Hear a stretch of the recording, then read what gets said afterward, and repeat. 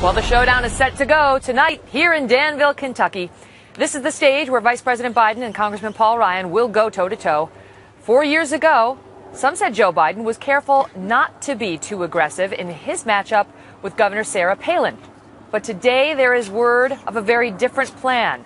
They are saying the gloves will be off. The 2008 debate in St. Louis was one of the most watched ever for the vice presidential candidates. 70 million TV viewers tuned in. And here's a look back at some of the most memorable moments.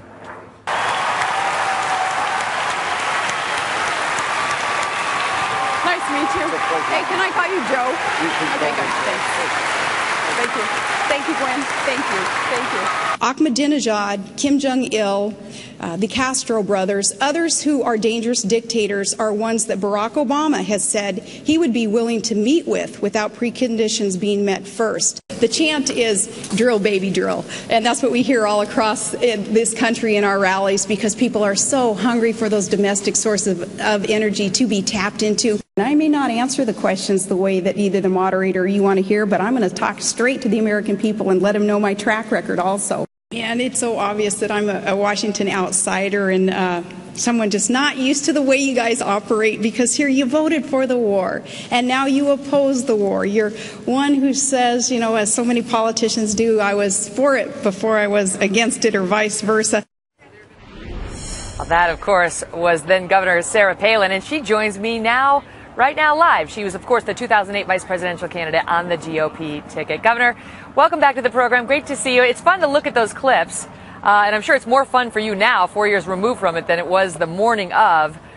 Take us back to that day 4 years ago as you were preparing to go up against Joe Biden. What were you being told to expect about his debate style? Well, first, I've never seen clips of the debate. I've never watched any of those reruns from 4 years ago, from the acceptance speech to the debate or anything. No, life goes on. You move forward, and I don't rehash the past.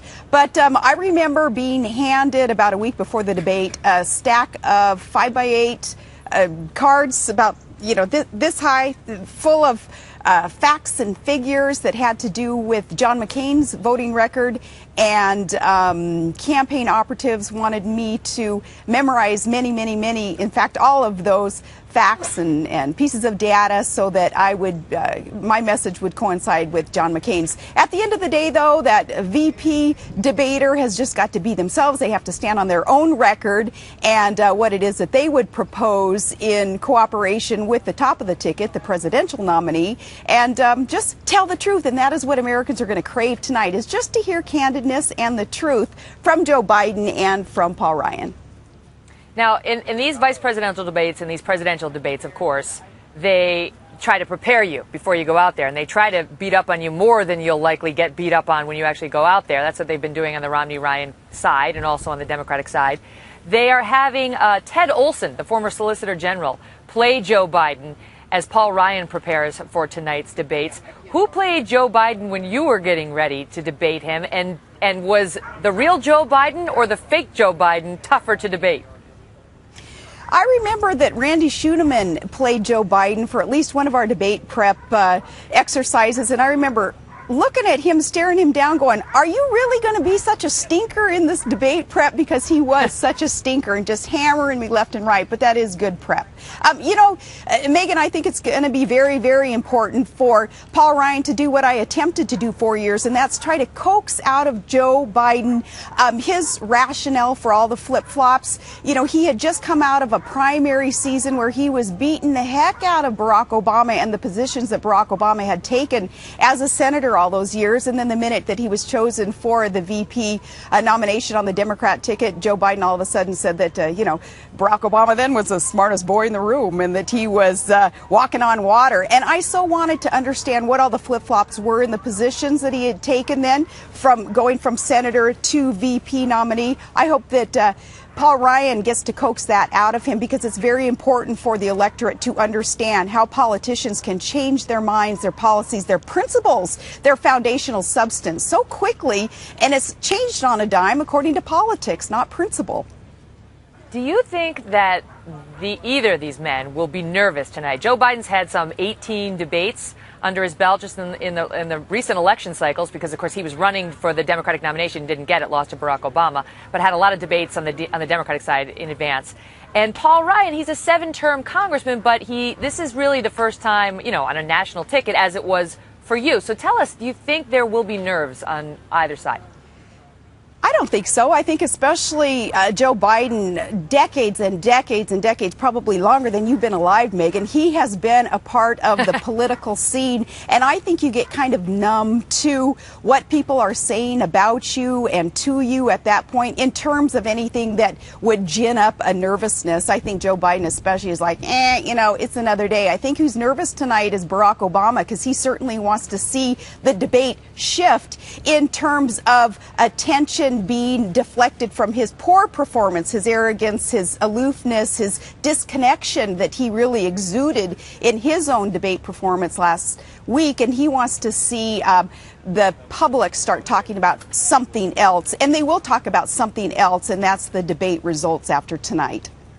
I wanted to ask you about one other topic before I let you go, and that is the Associated Press is getting some criticism this week for a photo they ran of Mitt Romney. He did a nice thing. He pulled over to the side of the road and offered to do a photo opportunity with some young kids, and a photographer shot a picture of him that is unflattering and looks ridiculous. And the little girl, they later clarified, was just excited that the governor was going to pose with them, but obviously this photo suggests something else. And they came out and apologized for the caption that came with this, but not for the photo. You yourself had something happen when you were running, where the AP chose to run a photo of your legs with young boys looking up at you.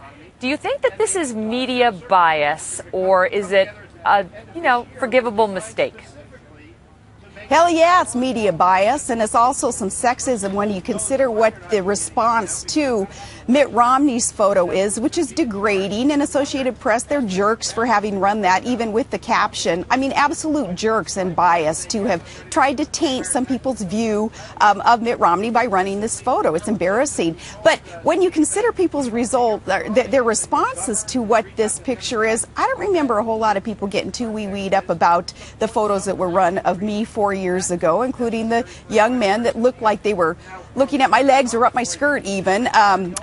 Last night, even on Bill O'Reilly, I saw that he did a piece on this segment. I don't know if he did a piece on that when it happened to me, or maybe some other women over the years. So I think that it's still kind of a telltale sign of some little bit of sexism in our society that we really need to overcome so that we can all move forward. You got to. I know, as the mother of a young girl who went through a lot when you were running, you got to feel for the little girl who was pictured there, in a way that I'm sure her parents didn't anticipate. Governor, it's great to see you. Thank you so much for being here. Thanks. Thank you so much.